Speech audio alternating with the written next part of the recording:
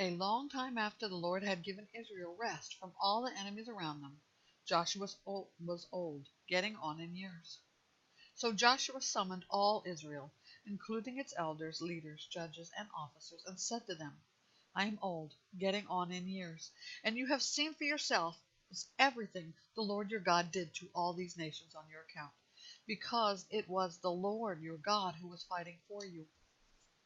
See, I have allotted these remaining nations to you as an inheritance for your tribes, including all the nations I have destroyed, from the Jordan westward to the Mediterranean Sea. The Lord your God will force them back on your account and drive them out before you, so that you can take possession of their land, as the Lord your God promised you. Be very strong and continue obeying all that is written in the book of the law of Moses, so that you do not turn from it to the right or left, and so that you do not associate with these nations remaining among you. Do not call on the names of their gods or make an oath to them. Do not worship them or bow down to them. Instead, remain faithful to the Lord your God, as you have done to this day. The Lord has driven out great and powerful nations before you, and no one is able to stand against you to this day.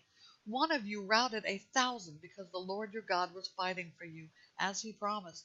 So be very diligent to love the Lord your God with your own well-being, for your own well-being. For if you turn away and cling to the rest of these nations remaining among you, and if you intermarry or associate with them, and they with you, know for certain that the Lord your God will not continue to drive these nations out before you.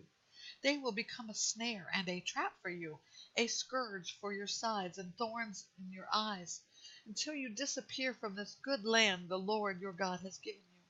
I am now going the way of all the earth, and you know with all your heart and all your soul that none of the good promises the Lord your God made to you has failed.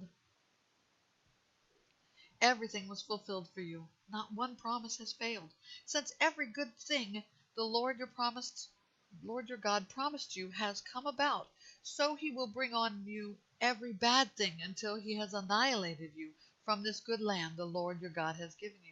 If you break the covenant of the Lord your God, which he commanded you, and go and worship other gods, and bow down to them, the Lord's anger will burn against you, and you will quickly disappear from this good land he has given you.